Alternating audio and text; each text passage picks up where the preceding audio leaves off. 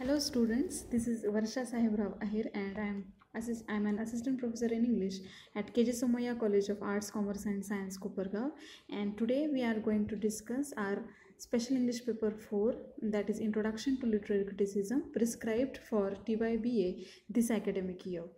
Now the subject basically is new for you because in your first year BA and second year BA you have studied poems, novels or dramas, but in this particular paper we are going to study literary criticism as a way to analyze a particular literary text, and this would encourage you to read particular literary text in a particular way.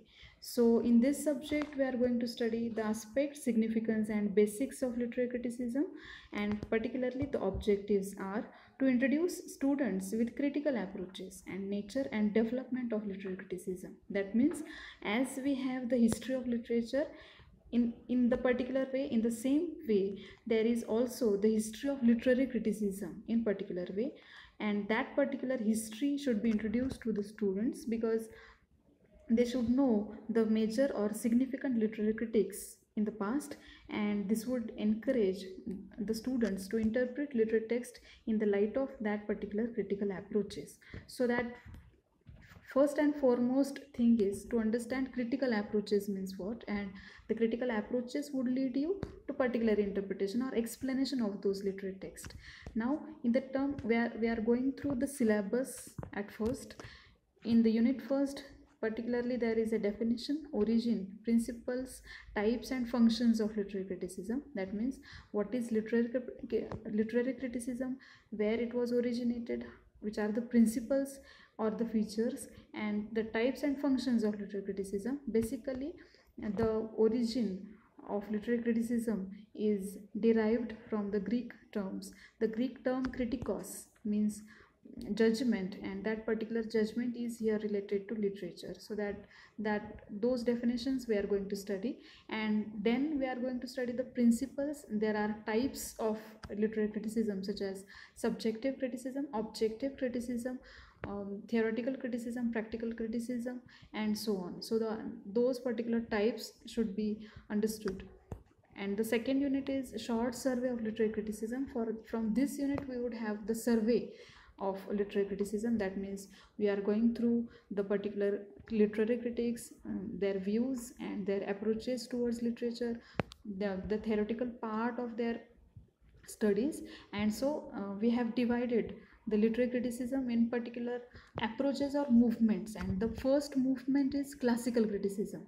In classical criticism there are two particular critics, and first is Plato and second one is Aristotle. In Plato we are going to study the charges against poetry, and Aristotle's theory of imitation or mimesis. In theory of imitation he is he is defending poetry against Plato's charges.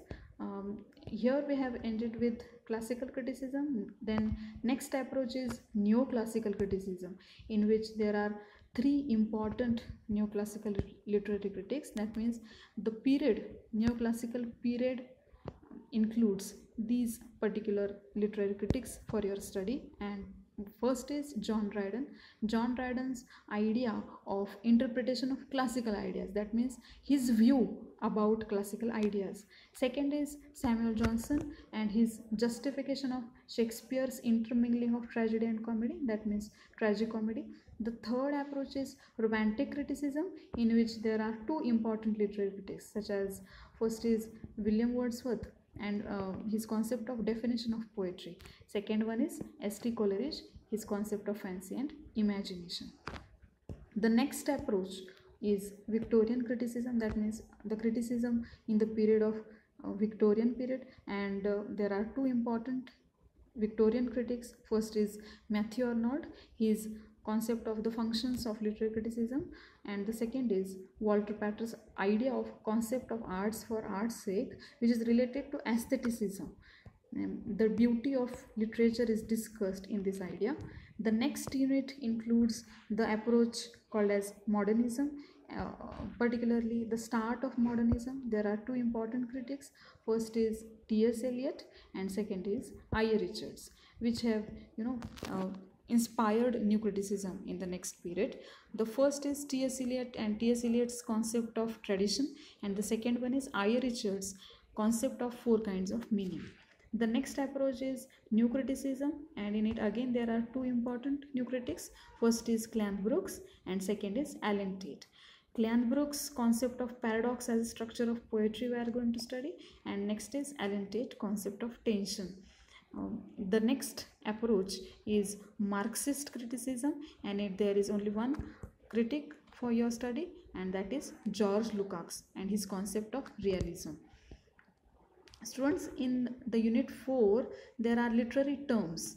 There are 10 literary terms, and the first is catharsis, second is plot, third is 3 unities, fourth is author, fifth is canon, sixth is fancy and imagination, seventh is the sublime, 8 is style, 9 is decorum and nature, and 10 is subjective and objective. This is the syllabus for your subject introduction to literary criticism, though the subject is new for you. That means the subject is introduced in your last year. Then also the subject is really very interesting and amazing for you, because it leads you the way of reading, the particular way of reading of particular text, and which would encourage you to particular kind of studies. So the important part of this study is to introduce you the literary features and literary qualities of literary works, and those literary qualities are specific and particular. So particular literary texts are going to be studied, and the particular approaches are going to be studied by all of us. So we are going to study these kinds of aspects and issues relating with literature and literary criticism. Thank you all.